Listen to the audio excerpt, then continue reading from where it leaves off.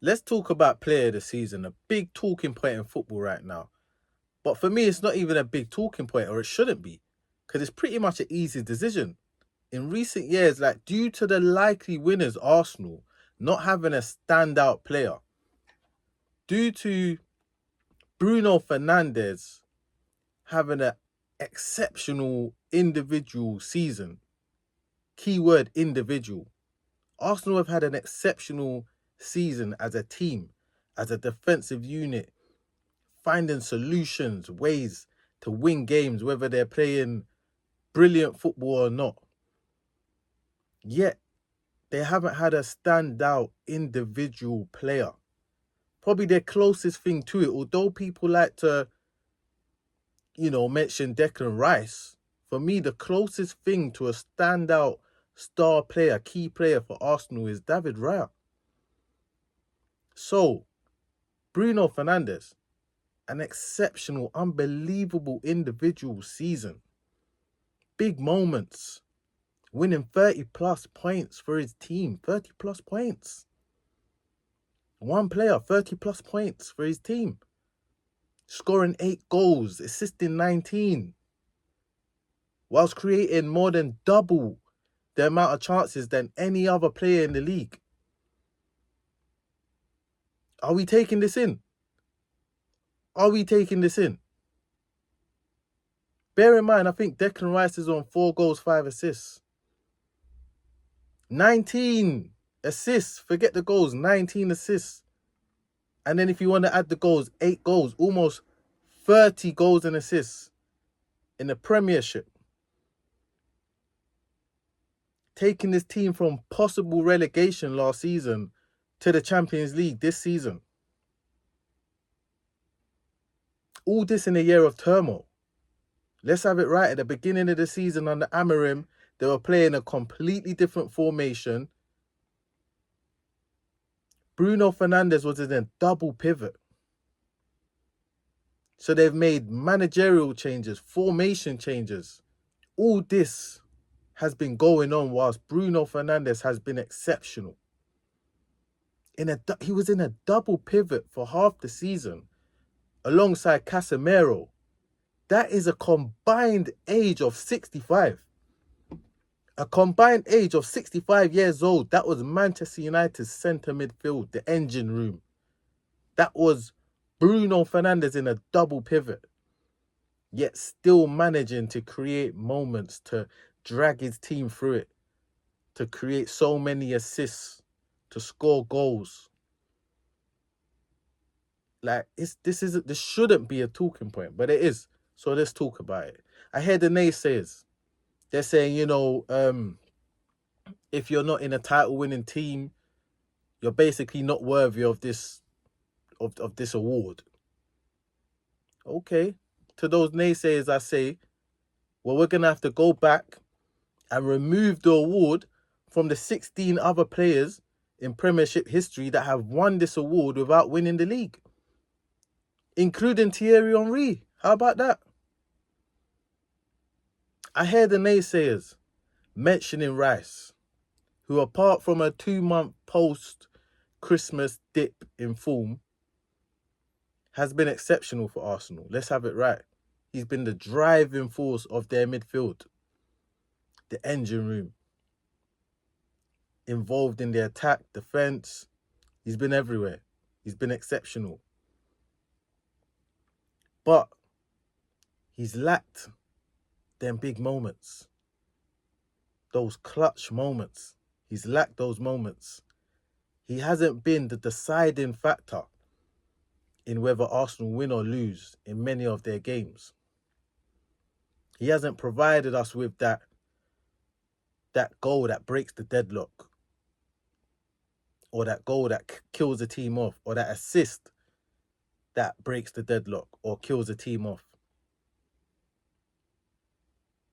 He hasn't made many last-minute, last-ditch tackles that prevented a possible goal. Goal line clearances, etc., etc. Those moments have been very far and few between. But in between those moments, he's been exceptional. Let's have it right. This isn't a slight on Declan Rice. This isn't a slight on Arsenal. He's been exceptional in between those moments. In between both boxes, he's been exceptional. He has been the driving force of that midfield. He's contributed from set pieces. Yet, for me, the star player, or as close to it as you're going to get from Arsenal, is David Raya. He has so many big moments for Arsenal. So many times he's kept them in games and allowed them to win a game 1-0 or to win a game 2-1 or 3-2 by one goal, basically. David Raya has allowed that. So goals change games. So David Raya preventing a goal has kept the belief in his team.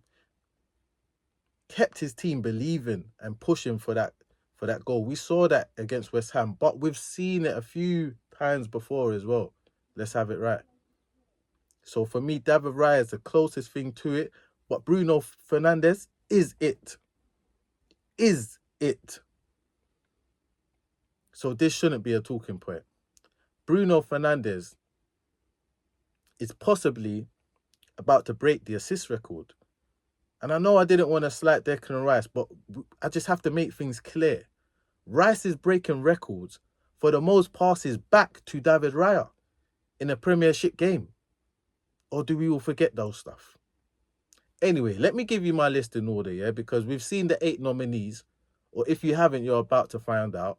But let me give you my list in order, in ranking order of who should have won this award.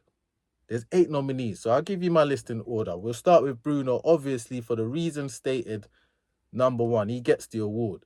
Number 2, after that, I would have gone for Raya. David Raya, the best individual season player this season for Arsenal. Big moments, golden glove, and everything I said before. Number 3, Gabriel.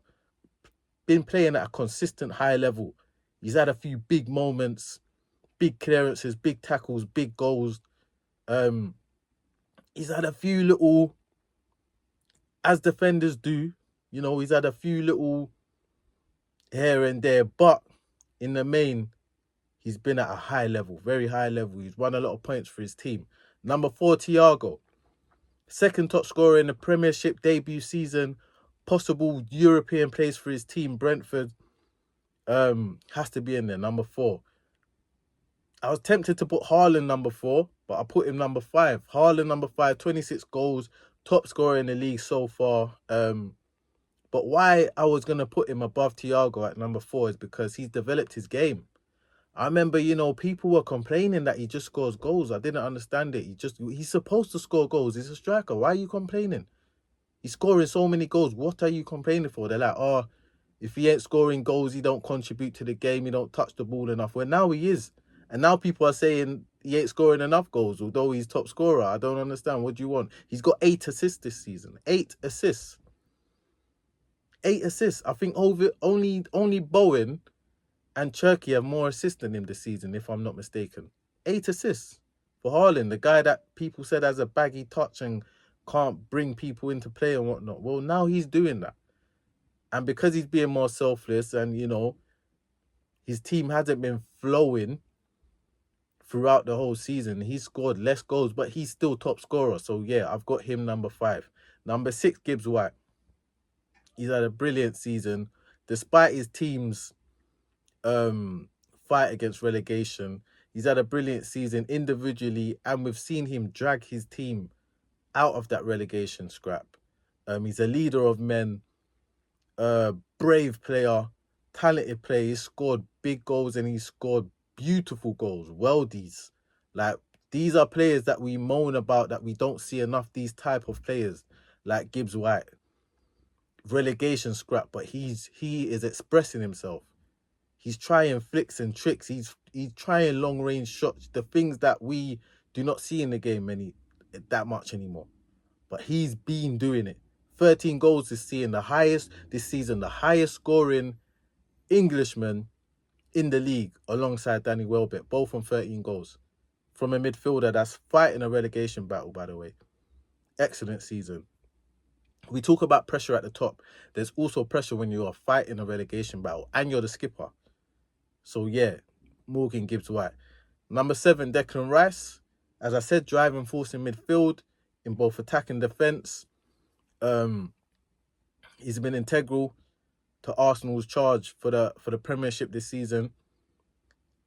And Declan Rice just lacked those moments that I spoke about with Gibbs White. Those moments that I spoke about with Gabriel, with Raya, with Bruno. He just lacked those moments. I don't think he won his team individually as much points as those other players. But if you think I'm wrong, feel free to let me know in the comments. Number 8, Semenyo. Semenyo started the season on fire for Bournemouth, transferred to Man City, reignited their charge, their challenge for the title.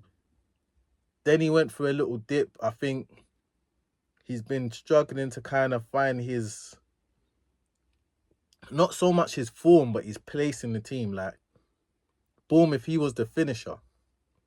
He was the end product. Now, there's Haaland at Man City, so you kind of have to find your fit at Man City, and I think that's what he's doing right now. But whilst he's doing that, he's still maintaining a good level. You give him 2-3 chances, he'll get you a goal. And he's providing that threat in behind. He's providing an extra threat. Whereas you had to just worry about Haaland when it comes to a goal threat. Now you have to worry about Semenyo. Now you have to worry about Nico O'Reilly. There's different threats for Manchester City now. And this is what they needed throughout the season. But they've got it now in this latter part of the season. Hence why we've been able to see a title race. At the beginning of the season, halfway through the season, we did not think we was going to see a title race. And towards the end of the season, we have. Okay, that's my list. Thank you guys for watching. Let me know in the comments what you lot think. If you agree, disagree, let me know.